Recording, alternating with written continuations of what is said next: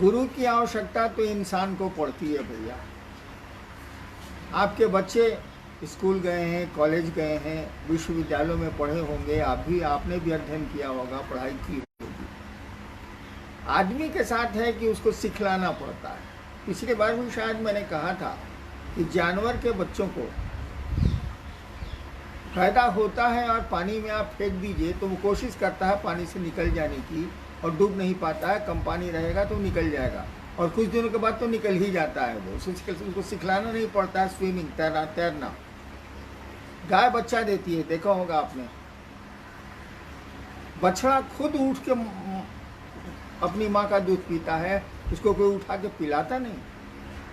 तुरंत का बच्चा, नवजात शिशु खुद ही खड़ा होता है और वो दूध।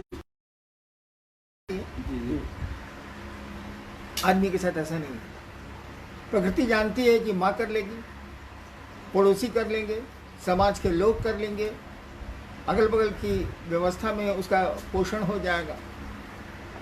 तो आदमी को सिखलाना पड़ता है। और 3 क्षेत्र है, एक शरीर है, एक मन है और एक अध्यात्म।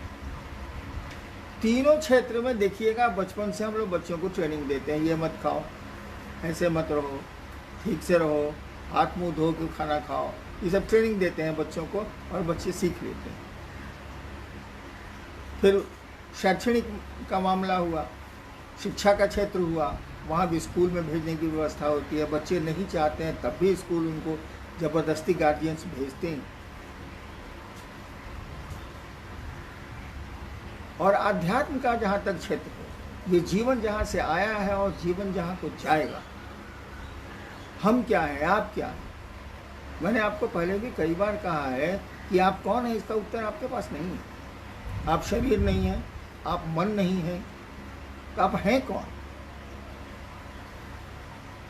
क्या है कि मन, कभी कभी आप कह देते हैं कि आज मेरा मन नहीं है, हम बाजार नहीं जाए। इसका मन आप मन नहीं है। कभी कभी आप कह देते हैं मेरी चप्पल टूट गई है, मैं कैसे जाऊं बाजार? तो चप्पल आप नहीं है। ठीक उसी तरह से मन भी आप नहीं है, क्योंकि आपका मन नहीं कर रहा, आप नहीं कर रहे। आप मन भी नहीं है, शरीर भी नहीं है, पूरे अंग बदल दिए जा रहे हैं चिकित्सा विज्ञान के द्वारा, मेडिकल साइंस के द्वारा। तो आप हैं कौन, हम हैं कौन? इस विधा को जानने का, इस विज्ञान को जानने को कहते हैं आध्यात्म। जो आत्मा का विज्ञान है, जो प्राण का विज्ञान है, उसको आध्यात्म बोलते हैं। इसका भी ज्ञान गुरु ही देंगे। लोग कहते हैं ना कि हमको सब कुछ तो मिल है, तो फिर हम काहे के लिए महादेव को गुरु माने या किसी अच्छे गुरु के पास जाएं? एक्चुअली आपको जितनी समझ है उतना में मिला है। जंगल के एक विद्यार्थी को, छोटे बालक को जो विद्यालय जा रहा है, आप उससे पूछिए, मैंने पूछा है, मैं वीडियो रहा हूँ जंगलों में। पूछिए उससे कि बहू आप पढ़ के क्या बनोगे? तो बोलेगा, मुझको जो उत्तर मिला, बोलेगा हम सर फॉरेस्ट गार्ड बनेंगे। काहे कि वो देखता है कि जब वन रक्षक आता है, फॉरेस्ट गार्ड आता है, तो उसको खाद दी जाती है, मक्खन और रोटी खिलाई जाती है, जंगलों में जो होता है।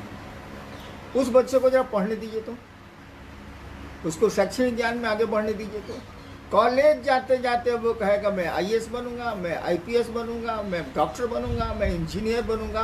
पर छोटा सा बच्चा जो फॉरेस्ट गार्ड बनने की बात बोल रहा है बचपन में, अब उसकी बुद्धि, ज्ञान उसको आया है और वो ऊपर की बात कर रहा है, वो ऊंचाई की बात कर रहा है। तो गुरु भी यही करते हैं। तो गुरु की अनिवार्यता तो है ही, और कुछ तो लगता नहीं है शिव को गुरु मानने। और गुरुओं की बात तो मैं नहीं जानता, मैंने भी बहुत 20-21 गुरु माने हैं बचपन में। शिव को गुरु मानने में कुछ लगता ही नहीं है, मात्र आपकी सोच है, मात्र आपका चिंतन है। जैसे सोचते हैं आप कि उसको मित्र बनाएंगे और मित्रता हो जाती है। सोच को खाली भूलिए मत।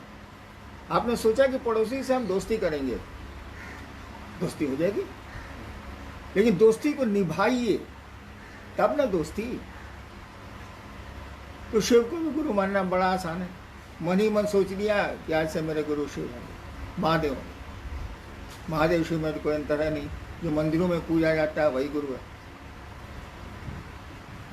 तब उनको गुरु मान लीजिए और इस बात को भूलिए मत बस वाली दोस्ती, ट्रेन वाली दोस्ती नहीं करिए कि रात भर की दोस्ती है और सुबह दोस्ती साफ।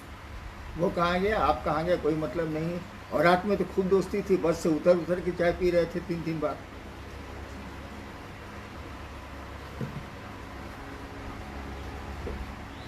वैसी दोस्ती कम से कम मत करिए, करिए तो ठीक से करिए, नहीं तो मत करिए। तो अपने गुरु से भी मित्रता करिए, वो तो आपके मित्र हैं ही, वो आपके सखा हैं ही, आपके मित्र, वो साथी हैं ही। वो का रिश्ता जोड़िए, शिष्य का रिश्ता जोड़िए, उसको निभाइए, और आप खुद ब खुद देखेंगे, कुछ कहने की ज़रूरत नहीं है कि परिणाम आते हैं, रिजल्ट आता है। और जब कोई साथ नहीं देता है, ऐसे क्षण जिंदगी में बहुत आते हैं, तो वो शिव ही साथ देता है, उसकी दया ही काम है।